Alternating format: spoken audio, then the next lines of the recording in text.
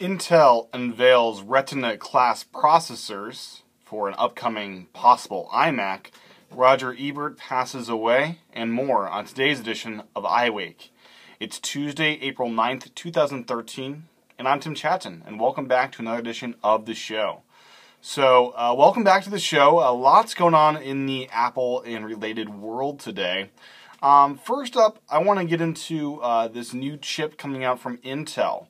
It's a new Thunderbolt spec that will pave the way for basically Retina Macs, bigger Macs. So here at NAB, Intel just introduced the next generation of its Thunderbolt interface, which promises a data rate of 20 gigabits in both directions on each of the two channels, as opposed to 10 of the previous version. It's capable of moving 4K video, which will make the Thunderbolt even better suited to high-end video production.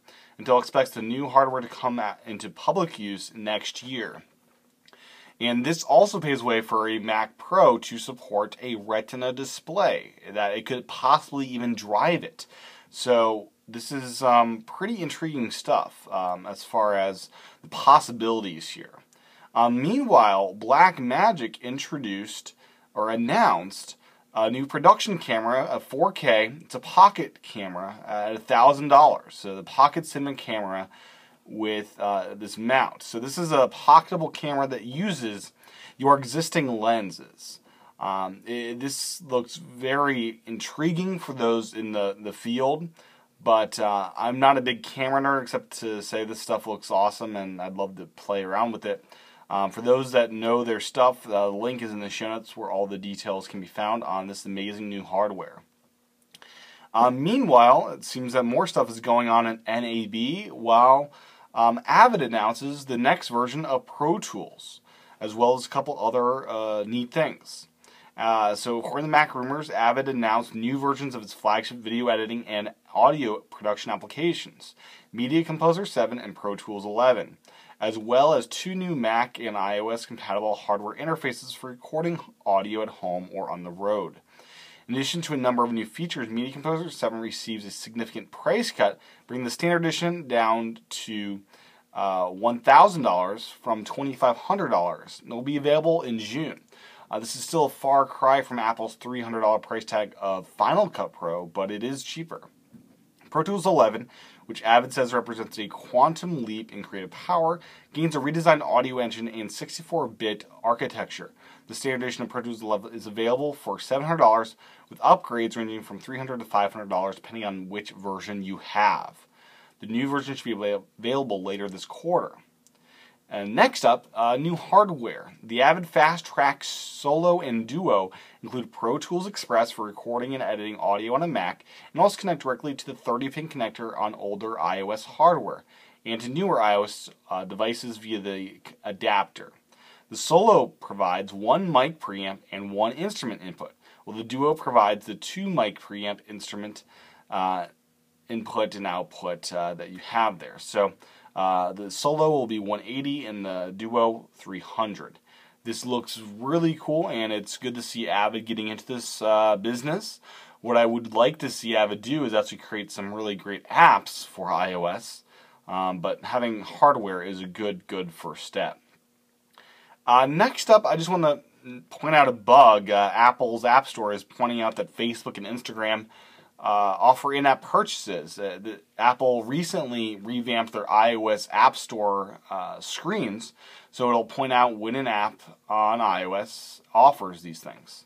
Well, it's stating some of these things incorrectly for apps like Instagram. So just kind of interesting news there. Next up today, an update for Google Drive. It supports landscape on the iPhone and basically just faster loading and editing tools. So that's definitely a welcome change there. Next up of note is the iPhone 4 has a 4 gigabyte prototype. It hit eBay, and it'll probably be pulled from eBay rather soon, but it's kind of interesting to see more prototypes from Apple hitting the I guess, the web. Next up today, that of Facebook Home. So what is Facebook Home? I'm not sure if we talked about this at all on the last show, but this is basically a replacement launcher and lock screen for Android. They'll be shipping the HTC First, which I wish they called it the HTC Like, as that would have been a nice pun on words. But yeah, this is basically a way for Facebook to really infiltrate your Android phone. It'll be very Windows Phone 7-like, where a lot of things are based around people rather than apps. Facebook messaging is built into the core of Android now with these things. And what this to me proves is how much you can really customize Android without even forking the Android OS. It's baffling to me that all these companies, including Amazon, have forked Android when they could have done what Facebook did, which is just create a different lock screen and launcher. Doing those two things gives you a unique experience that is radically different from what you would get from stock Android. It's really intriguing that Google would even let other people fork Android when this is the true solution all these third-party carriers and developers should have done. I really think this is a brilliant move by Facebook, and I'm really surprised we haven't seen any moves like this in the past. So this is really intriguing stuff here. I'll link in the show notes for those interested in that. I'm not sure. iOS will never have something like this. They may have different apps that try to encapsulate what Facebook's doing here, but nothing of this degree here. And next up today, I just want to point out that Apple's running over budget on their spaceship campus by $3 billion. They've got the money, but it's going to be basically a state-of-the-art facility, it sounds like, going over budget. It's a bad thing traditionally, but I'm not so sure it's a bad thing in this case. They've got the money and spend it on your new campus, right?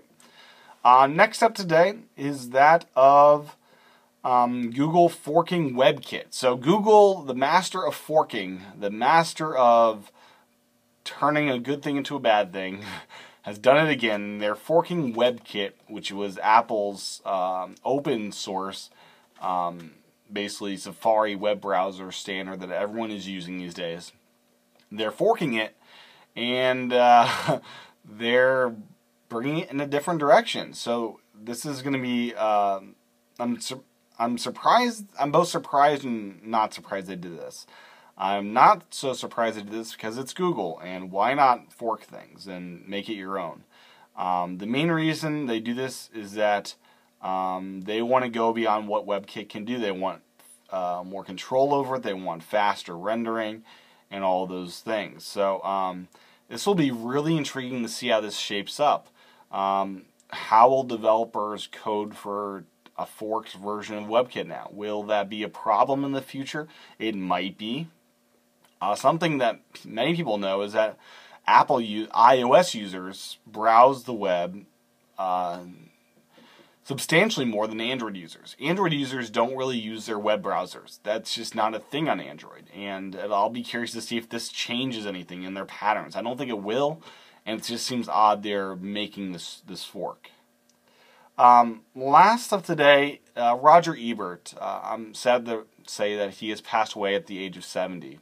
He was a beloved film critic and did many other things in his time, TV shows, books, and other things. He was a master of whatever medium was around. He took to Twitter late in life, and it's really sad to see him go. He was a reviewer that I didn't always agree with, but I respected his opinion nonetheless. He was somebody I respected his opinion, even though I didn't always go along with what he was going with. So his funeral was yesterday, and very sad to see him go. He wrote a blog post just a few days before he died. I'm excited about the future and some of the projects he was working on. So very much a sad event and sad thing indeed. So with that said, have a good rest of your day. Sorry to end on such a downer. His old reviews are still up, and I encourage you to go read his old reviews and his book. Very much an intriguing person, to say the least. So with that said, show notes at iWakePodcast.com, YouTube.com/TCHATEN for the YouTube version. My book, iPod Evolution, is in the iBookstore. If you don't have a copy, I'd encourage you to at least get the free sample and check it out. Search iPod Evolution in the iBookstore to get your sample. Thanks for listening. I'll talk to everyone again on another edition of iWake.